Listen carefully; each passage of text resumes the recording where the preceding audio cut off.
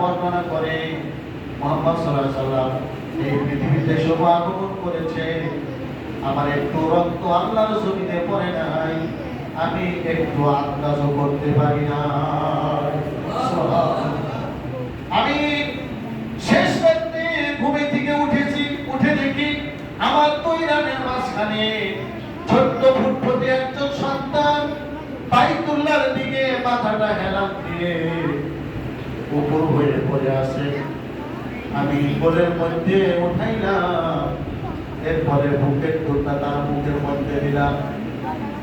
এই কথাটি হযরত আনাস বলে, আমি জিজ্ঞেস করেছিলাম, ইয়া রাসূলুল্লাহ, আপনার জন্মের পরে আপনার মুখটা বাইতুল্লাহর দিকে ছিল? আল্লাহর নবী বলে, আনাস রে, আমি জন্মের পরে বাইতুল্লাহকে লক্ষ্য করে সিজদা করেছিলাম। আমি না বলে আমি একটু টের পেলাম না, আমার শরীর থেকে একটু রক্ত ঝরলো না, একটু পানিও পড়লো না।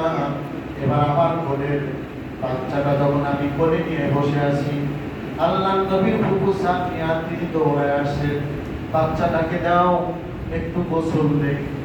আগের দিনের এরকম আওয়াজ ছিল, যখন সাফিয়া গোসল দেওয়ার জন্য বাচ্চাটাকে কোলে নেবে, কে যেন সাফিয়াকে বলে দিতেছে, সাফিয়া যদি দুনিয়ার কোন সাধারণ মানুষ নয়, দুনিয়ার সাধারণ পানি দিয়ে একে গোসল দেওয়া লাগবে না, আমি আমার বন্ধু মুহাম্মদুর রাসূলুল্লাহকে হাউজে কাউসারের পানি দিয়ে গোসল দিয়েছি, জান্নাতি লেবাস পরাইছি, খান্না পরাইয়া দুনিয়ার মধ্যে পাঠাইছি।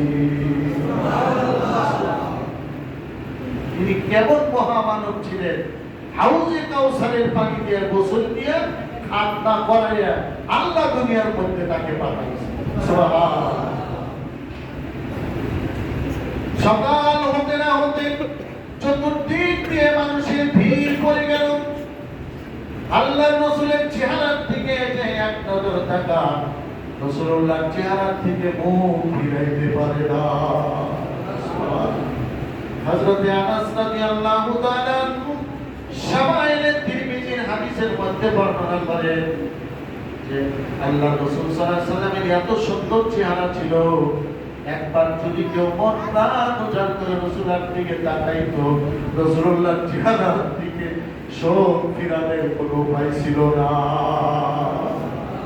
এত সুন্দর চেহারা ছিল হযরত